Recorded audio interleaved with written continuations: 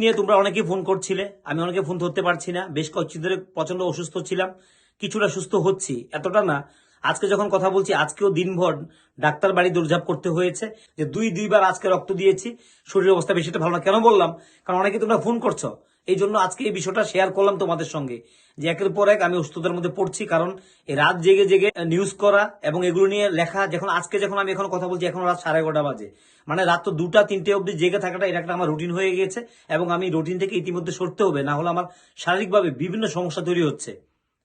প্রশ্ন হচ্ছে যে তোমরা যে বিষয় জানতে চাইছো স্পেশাল এক্সিকিউটিভ নিয়ে, আমি আগে একটা তথ্য দিয়েছিলাম যে শীঘ্র এটা হবে, এটা আধিকারিক বলেছেন।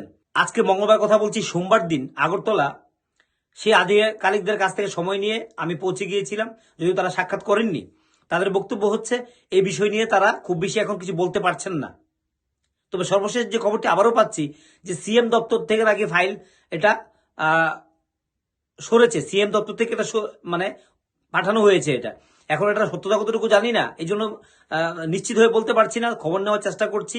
কেন এই মুখ্যমন্ত্রী বলে বলে বারবার সরে যাচ্ছেন, এবং এই সামনে নির্বাচন ঘোষণা হয়ে যাবে কিছুদিন পর, তাহলে তো এখন হওয়ার সুযোগ নেই। তো এই বিষয় নিয়ে বলছি, আমি দুঃখিত যে লাস্টবার যে বক্তব্যটা আমি দিয়েছিলাম, যে আধিকারিকের বক্তব্য অনুযায়ী এটা দেরি হবে না, শীঘ্র হয়ে যাবে, তোমাদেরকে আমি জানিয়েছি, তোমাদের মধ্যে একটা আশ্বাস সঞ্চার হয়েছিল। কিন্তু দুঃখিত, আমি বক্তব্য দিয়েছি, এবং এই বক্তব্যটা দিয়েছি আমি তাদের কাছে জানার কারণেই।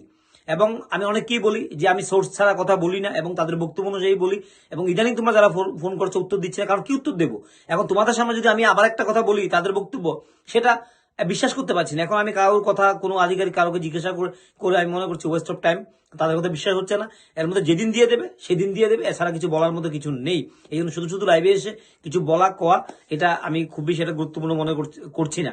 তবে এটা বলতে পারি যে আজকে যে খবরটা পাচ্ছি, যে মুখ্যমন্ত্রী টেবিল মানে অফিস থেকে ফাইল সরেছে, এবং এই খবর আগেও বেশ কয়েকবার পেয়েছি।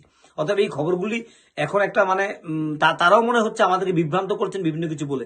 আমি জানি না আধিকারিকরা ইন্টেনশনাল এটা করছেন কিনা, যে মিডিয়ার কাছে আমাদের কাছে একটা রিপোর্ট দিয়ে দিলে এটা আমরা এটা শেয়ার করব।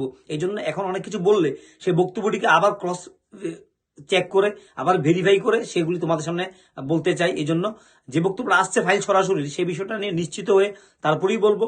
তবে এই ক্ষেত্রে একটা ব্যতিক্রম হচ্ছে স্পেশাল এক্সিকিউটিভ নিয়ে, যে মুখ্যমন্ত্রী বারবার শীঘ্রই বলছেন, এবার আধিকারিকও বলছেন যে শীঘ্রই এটা সিদ্ধান্ত হয়ে যাচ্ছে, আশা করি এর মধ্যে দিয়ে দেওয়া হবে। তার মধ্যেও কথাটা টিকছে না, বা মিসফায়ার হয়ে যাচ্ছে, এটা সবচেয়ে অ্যাপ্রোপ্রিয়েট হবে। এই জন্য মিসফায়ার হয়ে যাচ্ছে, কথাটা মিলছে না। কিন্তু আমরা কিন্তু আলোচনা ছাড়া, আধিকারিকদের বক্তব্য ছাড়া কিন্তু আমরা তোমাদের কাছে কোনো শেয়ার করি না মন করা কথা, এটা আমরা বলতে পারি। আর যদি হতোই এটা, তাহলে হয়তো আমাদের কথার আগেই এটা প্রকাশ হয়ে যেতে পারতো, এটা হয়নি কিন্তু। যাই হোক, তোমরা সবাই ভালো থাকো। তবে আমি শারীরিকভাবে অসুস্থ, তার জন্য দুঃখিত, তোমাদের ফোন ধরতে পারি না। এবং যে আপডেটটা তোমাদের জন্য আমি খুঁজে মানে চাচ্ছিলাম, সেই মানে যেটা প্রয়োজন, সেটা কিন্তু তোমাদের কাছে দিতে পারছি না, কারণ এই ধরনের কোনো সিদ্ধান্ত এখনো হয়নি। এটা কিভাবে আমরা দেবো, এই হচ্ছে কথা। অবশ্যই তোমাদের রাস্তা খোলা রয়েছে, তোমরা কথা বলতে পারো, গিয়ে তোমরা তোমাদের দাবি আবার জানাতে পারো, এই চেষ্টা তোমরা কিন্তু করতে পারো।